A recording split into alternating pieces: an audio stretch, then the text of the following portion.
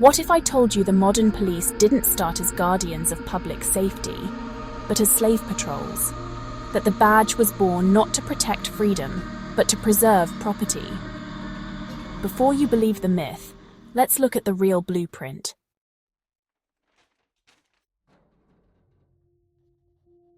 Welcome to Who Built the System, the documentary series where we trace the origins of the institutions that run your life.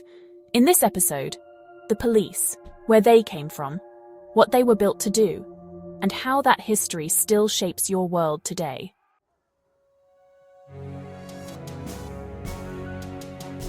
Let's go way back, before sirens, before body cams, before Miranda rights.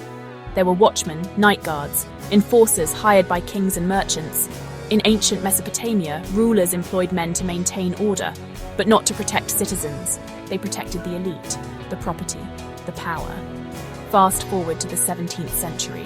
France had a formal police force under King Louis XIV. Their job? Surveillance, suppression of dissent, loyalty to the crown. In London, 1829, Sir Robert Peel created the Metropolitan Police. His model? A full-time uniformed force to enforce order in a rapidly industrializing society. But what about America? In the northern colonies, early police were volunteer watchmen, poorly paid, barely trained. In the South, a different beast entirely, slave patrols. Slave patrols were formed in the early 1700s. Their job? Hunt down runaway slaves, enforce discipline, terrorize black communities into submission. This was the embryo of Southern policing, and it worked side by side with laws like the Fugitive Slave Act, turning everyday white citizens into lawmen over black lives.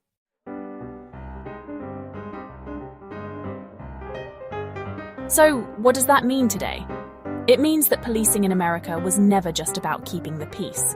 It was about control, racial control, class control.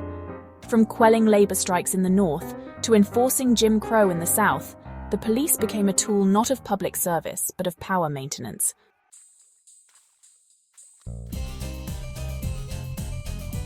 The 1900s brought uniforms, patrol cars, radios.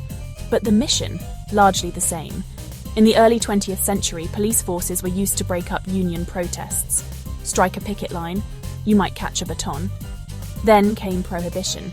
Suddenly, police were enforcers of morality, bootleggers, speakeasies, bribes. The badge became a ticket to corruption. By the 1960s, things boiled over. Civil rights protests swept the South. And the police, they brought dogs, fire hoses, nightsticks. The very institutions built on control were now policing liberation.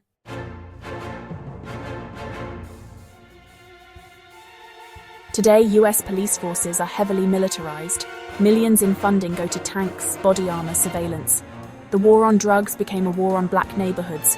Stop and frisk, broken windows policing, and mass incarceration. They didn't appear from nowhere. And who polices the police? Qualified immunity, police unions, a culture of silence. So while the image may have changed, from slave patrol to squad car, the core mission often hasn't. Protect the powerful, maintain the order, even if that order was built on injustice.